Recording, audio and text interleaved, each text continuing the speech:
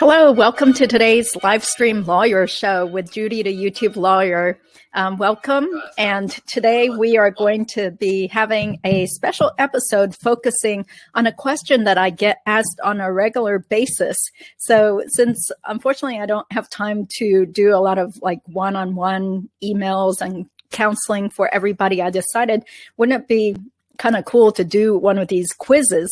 So I just made it up myself, just based on my own knowledge about the legal profession after practicing for over 20 years, having some relatives and a lot of friends that are in the profession and knowing a lot of people who have gone to law school and other practicing attorneys, people who recently went to law school.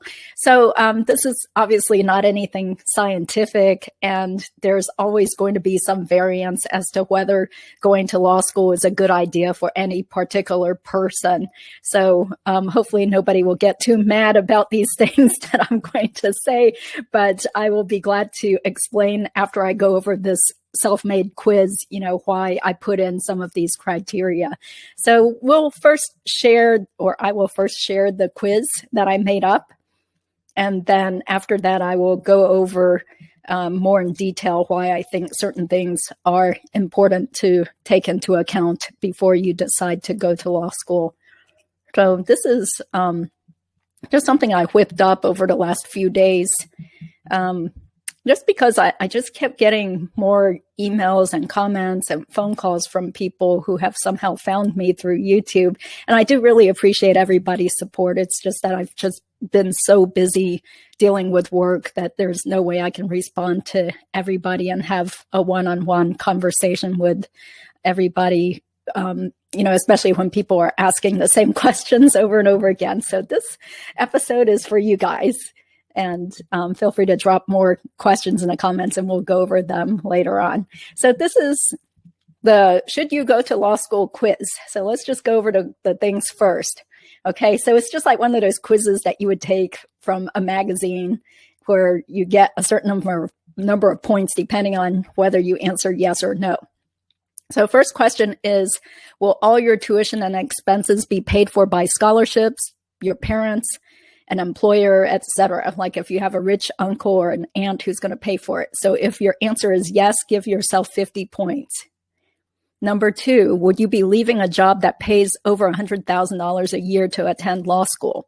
If so, subtract 50. Number three, do you have enough cash saved up to pay for all your tuition and expenses? That's, assuming that it's not already going to be paid for by somebody else. Do you have enough cash saved up to pay for all the years of law school for tuition as well as expenses? Give yourself plus 20 points if so. Number four, did you make straight A's throughout elementary school through high school? If so, plus 20 points. Number five, were you in the top 10% of your high school class? If so, plus 20. Number six, have you ever won a speech, speaking, debate, mock trial, or writing competition, either in high school or college? Give yourself plus 10 points for each competition you actually won. Number seven, have you ever been an editor of a publication in high school or college? Give yourself plus 10 points for each position that you actually had either in high school or college. Number eight, did you get into a top 10 law school? And that's just based on the regular, say, like U.S. News and World Report rankings, which you can find online. If so, plus 50. Number nine, did you get into the best public law school in your state where you can pay in-state tuition and you intend to practice in that state? If the answer to both of those is yes, then plus 20. Number 10, did you score at least a 165 on the LSAT? And that's for real, not just on a practice test. If so, plus 20. Number 11, did you score at least a 155 on the LSAT? If so, plus 10. Number 12, did you score less than 150 on the LSAT? If so, negative 50. Number 13, will you have to take out over $100,000 in loans to go to law school? If so, negative 20 or minus 20. 14, will you have to take out over $200,000 in loans to go to law school? If so, negative 20. 15, would you have to go to an unaccredited law school? If so, negative 50 points. Number 16, would you have to go to a law school in the bottom half of IRLG rankings? If so, negative 50. So that's a website, irlg.com, where you can find the latest law school rankings. And total, there's just slightly fewer than 200 law schools now in the U.S. Number 17, do you suffer from any mental health issues such as depression, anxiety, bipolar disorder, or panic attacks? If so, negative 20. 18, are you a frequent user of drugs or alcohol?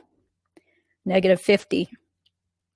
Number 19, do you have disabilities or any issues that impede your ability to focus, speak English fluently, type, read, write, memorize, and or learn things quickly? So if you said yes to any of those, subtract 50. Number 20, are you considered very physically attractive by white male heterosexual norms? If so, give yourself an extra 20 points. Okay, let's try to be subjective here. Number 21, are you considered physically unattractive by white male heterosexual norms? If so, subtract 20 points. Number 22, do you have a guaranteed job lined up already upon law school graduation? If so, plus 100 points. That's worth a lot. Number 23, do you plan to practice in the same geographical area where the law school is located if it's not a top 10 law school? If so, give yourself an extra 20 points. Number 24, do you have a parent or a close relative who is a lawyer? If so, plus 20. 25, are both your parents lawyers? If so, plus 20. Number 26, are you capable of working 10 plus hours a day at least 5 days per week? If so, plus 20. But if you're incapable of doing such, subtract 20. Number 27, are you a people person who is capable of handling criticism and conflict? If so, plus 20. Number 28, are you incapable of the above? Incapable of handling criticism and conflict? If so, subtract 20. Number 29, do you cry easily? If so, subtract 20. Number 30, has anyone ever described you as irresponsible, lazy, or unreliable? If so, subtract 20 points. We're almost through. Number 31, are you a very outgoing and popular person liked by pretty much everyone? So be honest here. Are you very outgoing and popular? If so, plus 20.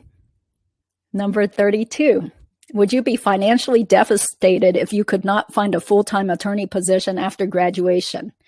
If so, subtract 50. So financially devastated, I guess that could take many meanings, but typically that would mean that you'd basically be broke without any other safety net, like no family or spouse that can help you financially. Number 33, would you be financially devastated if you could not find a job making over $55,000 a year after graduation? If so, subtract 50.